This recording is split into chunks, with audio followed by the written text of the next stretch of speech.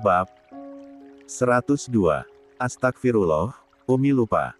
Biar Umi yang ambilkan. Balas Umi Aminah sambil menepuk keningnya pelan. Gegas ia pun masuk pelan-pelan ke dalam kamar yang ditempati Alisya. Kamar yang sesungguhnya adalah kamar Raihan. Rumah sederhana itu memang hanya memiliki 2 kamar. Satu ditempati Umi Aminah dan satu lagi oleh sang putra. Namun kini, kamar putranya itu ditempati oleh tamu membuat Raihan sendiri merasa sungkan untuk masuk.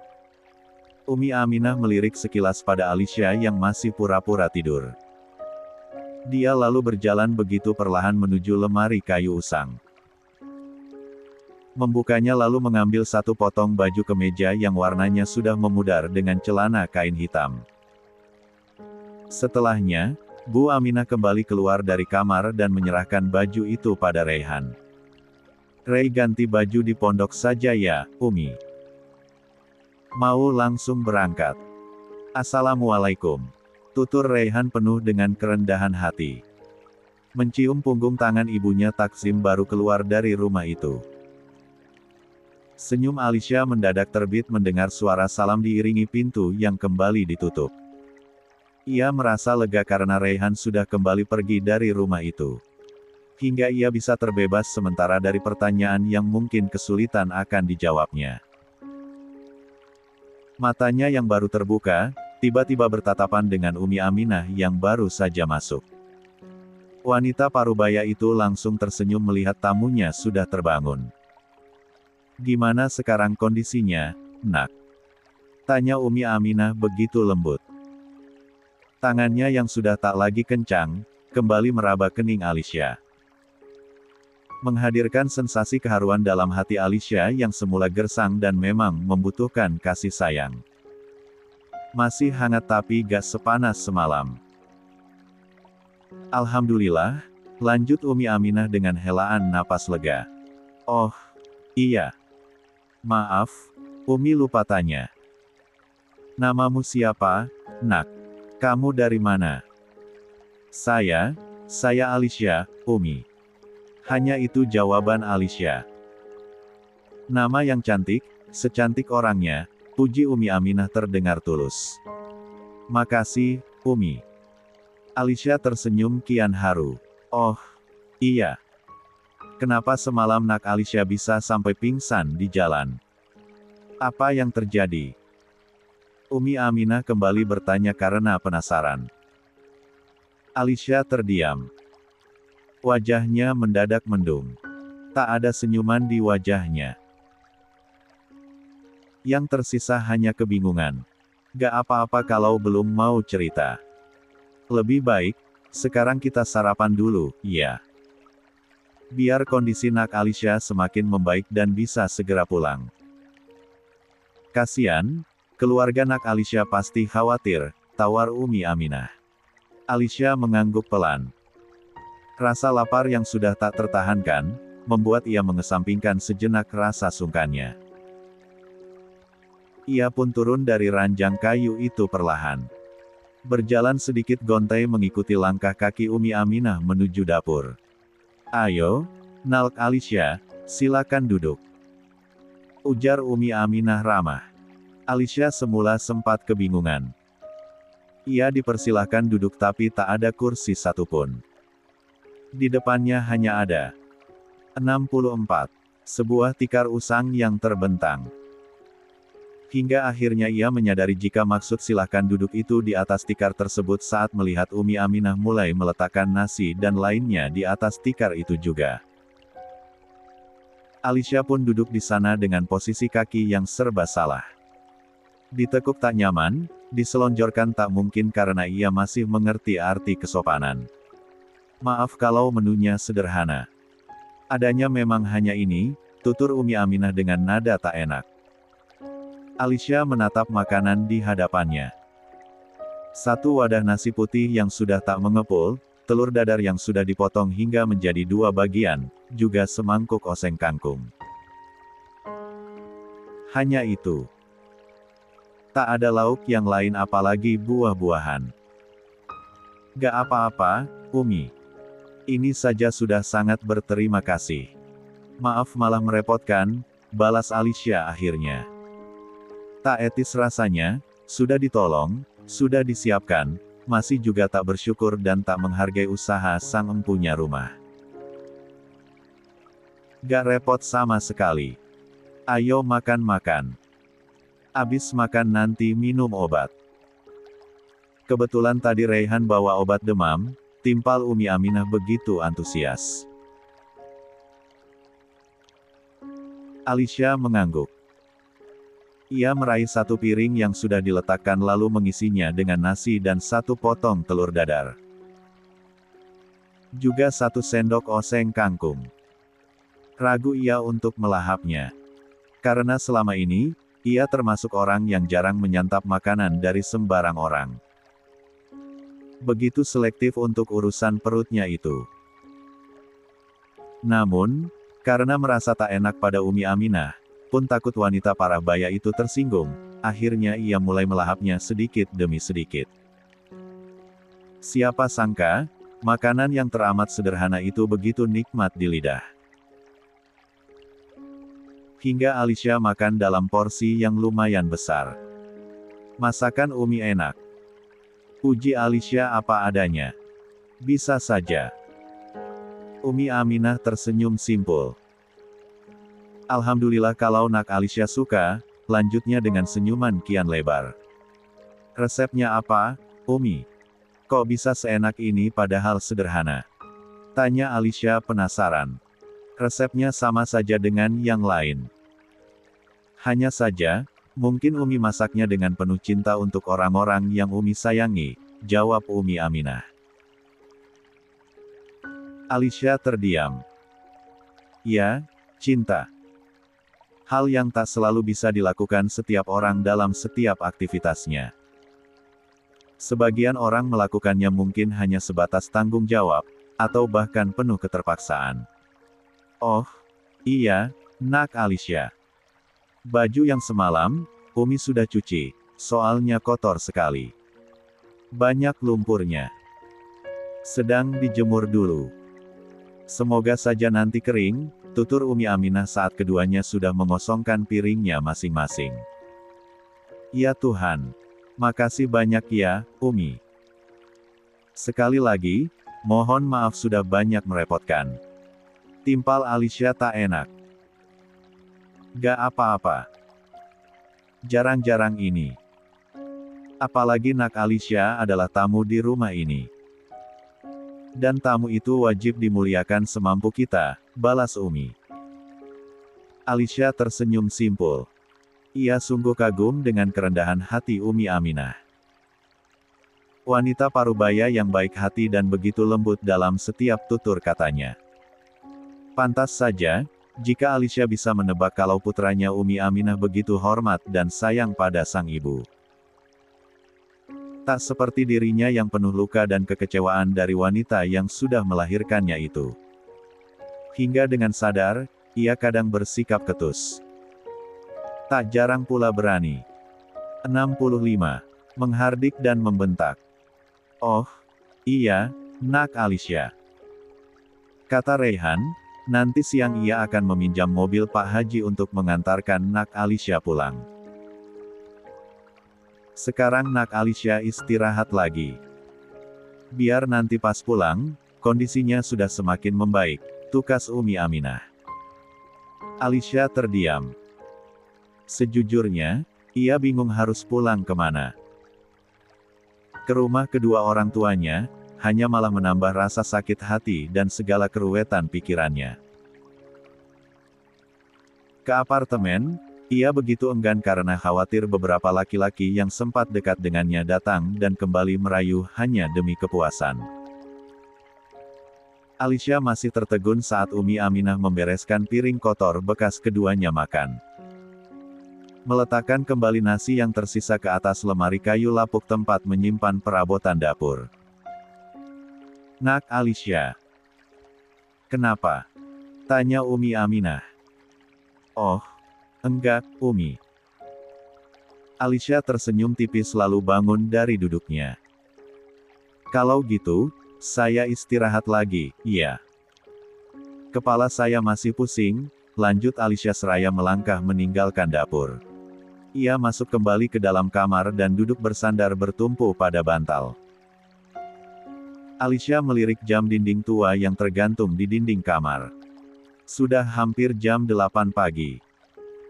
Itu artinya masih ada waktu beberapa jam ke depan untuk memikirkan kemana ia akan pergi. Pun masih ada waktu untuk mengurangi rasa sakit di kepalanya yang masih berdenyut.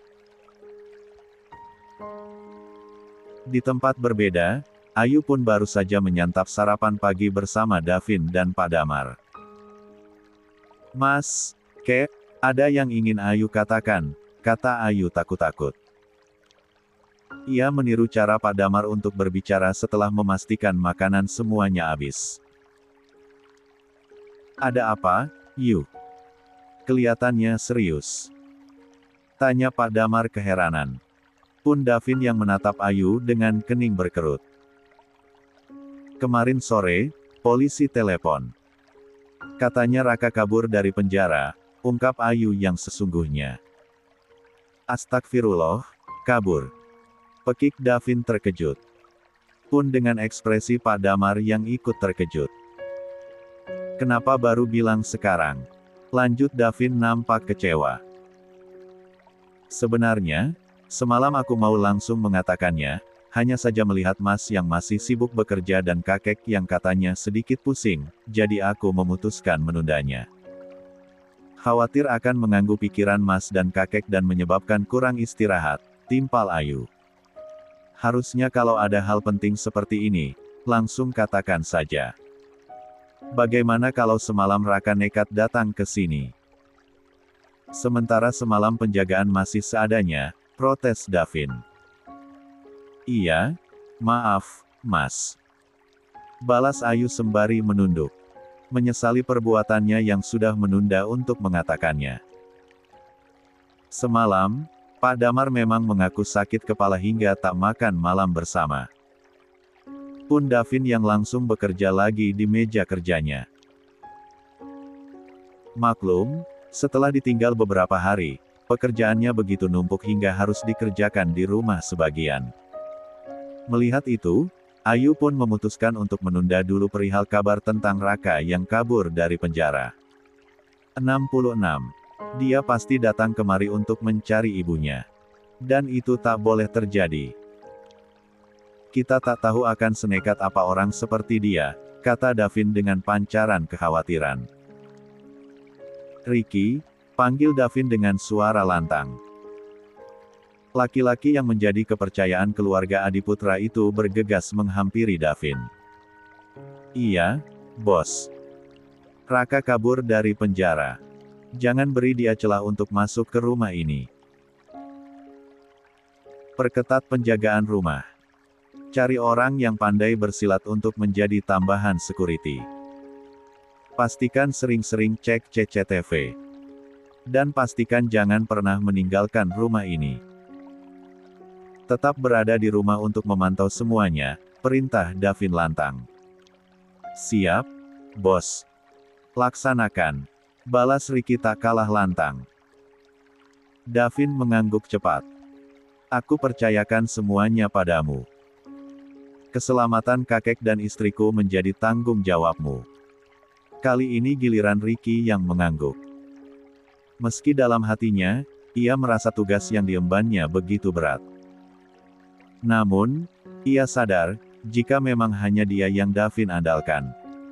"Sudah siang, Mas. Berangkatlah. Jangan risaukan aku sama kakek. Insya Allah kita aman," tutur Ayu mencoba untuk menenangkan sang suami. "Benar apa yang dikatakan istrimu itu, Vin. Berangkatlah. Di sini ada Ricky, ada security juga yang bertugas." Pak Damar ikut menimpali. Selama ini, Raka memang belum pernah berbuat macam-macam atau melakukan tindak kriminal pada keluarganya sendiri. Saudara tiri Davin itu hanya terlibat pengedaran obat terlarang. Dia dipenjara pun karena ulahnya sendiri. Namun, entah kenapa Davin begitu khawatir pada keselamatan keluarganya. Melihat jam sudah menunjuk ke angka 8 kurang, mau tak mau, Davin pun akhirnya bersiap untuk berangkat bekerja. Selain bertanggung jawab pada keluarganya, dia pun harus bertanggung jawab pada pekerjaannya. Kamu jaga diri baik-baik di rumah, ya. Jangan keluar. Pesan Davin pada sang istri. Ayu mengangguk cepat. Mas juga hati-hati. Katanya sembari mencium punggung tangan Davin. Kali ini Davin yang mengangguk. Ia mengecup kening Ayu sekilas sebelum akhirnya berpamitan pada sang kakek. Di teras rumah, Davin sempat mengedarkan pandangannya ke sekeliling. Semuanya nampak baik-baik saja dan tak perlu ada yang dikhawatirkan. Ia pun bergegas masuk ke dalam mobil hendak meluncur menuju tempat kerjanya. Seorang security yang berjaga di depan, buru-buru membukakan pagar untuk Davin agar mobilnya bisa lewat. Lelaki berbadan tinggi tegap itu pun kembali menutup pagarnya. Belum sempat tertutup sepenuhnya, seorang laki-laki yang mengenakan masker lengkap dengan topi menghampiri security tersebut. Maaf, numpang tanya. Saya mau bertemu Pak Ardi. Apa benar tinggal di sini? Tanya laki-laki itu. Oh, Pak Ardi sudah tidak tinggal di sini, jawab sang security. Kalau istrinya? Laki-laki itu kembali bertanya. Sama, istrinya juga sudah tidak tinggal di sini, jawab security. 67. Kalau boleh tahu, kemana Pak Ardi pindah, ya? Tanya laki-laki itu lagi. Mohon maaf kalau itu saya tidak tahu menahu. Permisi. Timpal security mengakhiri obrolan. Gegas ia mengunci gerbang kembali. Sementara laki-laki itu cepat-cepat berbalik dan berjalan menjauh karena khawatir keburu ada yang melihatnya. Cek, kemana sebenarnya Mami pergi? Pindah kemana? Aku harus mencari tahu sama siapa. Gak ada yang bisa aku tanyai dalam kondisi seperti ini. Bisa-bisa aku ketahuan dan masuk kembali ke penjara. Kalau gini caranya, bagaimana aku bisa bertahan hidup? Ark, sial. Raka menggerutu kesal. Sejak kemarin, ia memang sudah mengintai kediaman Adiputra. Berharap memiliki kesempatan sebentar saja untuk menemui sang ibu. Sudah cukup lama ibunya itu tak mengunjungi dirinya di penjara. Dan itu cukup mengganggu pikirannya. Namun, pengintaiannya tak membuahkan hasil.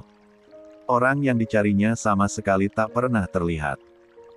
Bahkan mobil sang ayah tiri yang sejak kemarin sore ia tunggui kedatangannya, tak pernah muncul. 68. Tak mendapatkan jawaban yang memuaskan dari kediaman Adiputra, Raka beralih menuju perusahaan. Tujuannya sama. Tak lain untuk mencari tahu keberadaan Pak Ardi selaku ayah tiri, lah yang kini merupakan buronan, tentu saja tak semudah itu untuk menampakkan diri. Bersembunyi di tempat-tempat yang tak terjangkau oleh mata, setelah memastikan keadaan aman, baru berani muncul ke permukaan. Aku yakin, Mami pasti ada bersama Papi. Tapi kenapa mereka tak tinggal lagi di rumah keluarga Adiputra? Apa yang sebenarnya terjadi? Gumam Raka tak mengerti apa-apa. Dengan tetap mengenakan topi dan masker, juga hoodie yang membungkus tubuhnya tubuh jangkungnya, pun rambut yang dulunya selalu klimis dan rapi kini sudah mulai memanjang dan tak terurus membuat ia sulit untuk dikenali. Raka berjalan mendekati pos satpam kantor. Seorang pria berbaju satpam pun sigap menghampiri Raka dan menghalangi langkah pemuda tersebut. Khawatir tiba-tiba menerobos masuk. Terlebih penampilannya yang membuat curiga karena begitu tertutup. Maaf, ada keperluan apa ya? Tanya satpam lantang. Saya hanya ingin bertemu dengan Pak Ardi. Pemilik perusahaan ini, jawab Raka dengan wajah menunduk. Takut identitas dirinya dikenali.